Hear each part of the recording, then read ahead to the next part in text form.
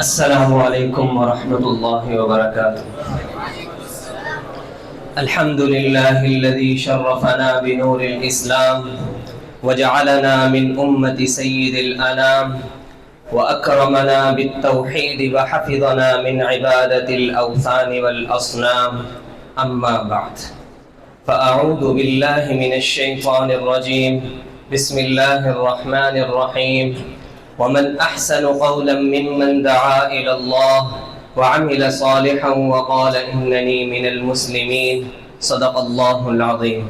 وقال النبي صلى الله عليه وسلم: المسلم يعلو ولا يعلى عليه، أو كما قال عليه الصلاة والسلام. أساتذتي الكرماء وأحبتي في الله، أنا القائم أمام حضراتكم اليوم لكي ألقي الكلمة حول موضوع، والموضوع أنا مسلم وأفتخر. ما أعظم فخري بالتوحيد، فإني لا أسجد إلا لله، ولا أركع إلا لله، ولا أرفع يدي إلا لله، لأن الله قال سبحانه وتعالى: قل إن صلاتي ونسكي ومحياي ومماتي لله رب العالمين. وأفتخر بنبي محمد صلى الله عليه وسلم الذي عرج به ليلة المعراج، والذي جمع الله له ما لم يجمع لغيره من المعاجز والكرامات.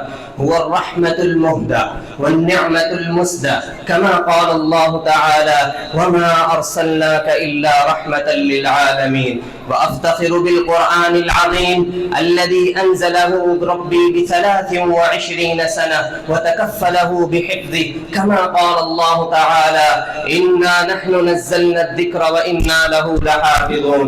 وأفتخر بالصلاة والصيام، فأنا أسجد 5 مرات كل يوم أمام ربي، وأصوم شهرا كاملا في السنة طاعة لله وتزكية لنفسي. وأفتخر بالأخلاق، فالإسلام علمنا الصدق والحياء والأمانة والعفة، ونهانا عن الكذب والغيبة والفحشاء والفساد والظلم. وأفتخر بالحقوق التي سنها الإسلام، فحق الوالدين مقدم على كل حق، فحق الأطفال أن يربوا على العفاف والطهر، فحق المرأة أن تكرم وتصان ولا تهان، فحق المجتمع أن يبنى على العفاف والطهر. أيها السامعون، أخبروني أي دين غير ديننا أعطى هذه الحقوق؟ أيها السامعون، إن الإسلام شمس، من سار في ضوئها أبصر الطريق واضحا، ومن أعرض عنها تاه في ظلمات كالغابة الموحشة،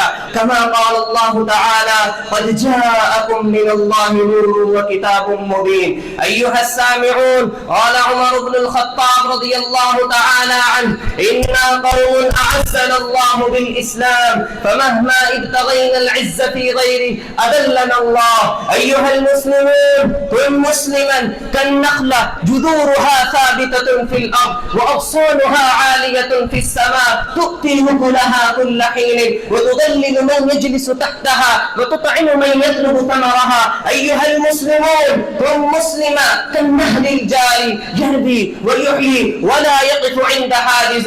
أيها المسلمون، كن مسلما كالسيف البتار، يقطع الباطل ويرفع رأية الحق عالية. أيها السامعون، العزة أعطانا الإسلام، الشرافة أعطانا الإسلام، الوقار أعطانا الإسلام، القرآن أعطانا الإسلام، التوحيد والسنة أعطانا الإسلام، الحرية الحق أعطانا الإسلام، والنبي محمد صلى الله عليه وسلم أعطانا الإسلام. والله وجداننا وكرامتنا وحياتنا كله أعطانا الإسلام. وقال الشاعر: أنا مسلم وأفتخر كمسك سنا في القمر، ديني ضياء في الدجى ونوره يسمو البصر. أنا التقى، أنا العلا، في عزة المجد اعتبر، كالنجم أعلو في السماء. لا أنحني في رغم الخطر، قرآن التاج الذي به أضيء كمن زهر، وسنتي نور السنا فوق الجبين إذا انتشر،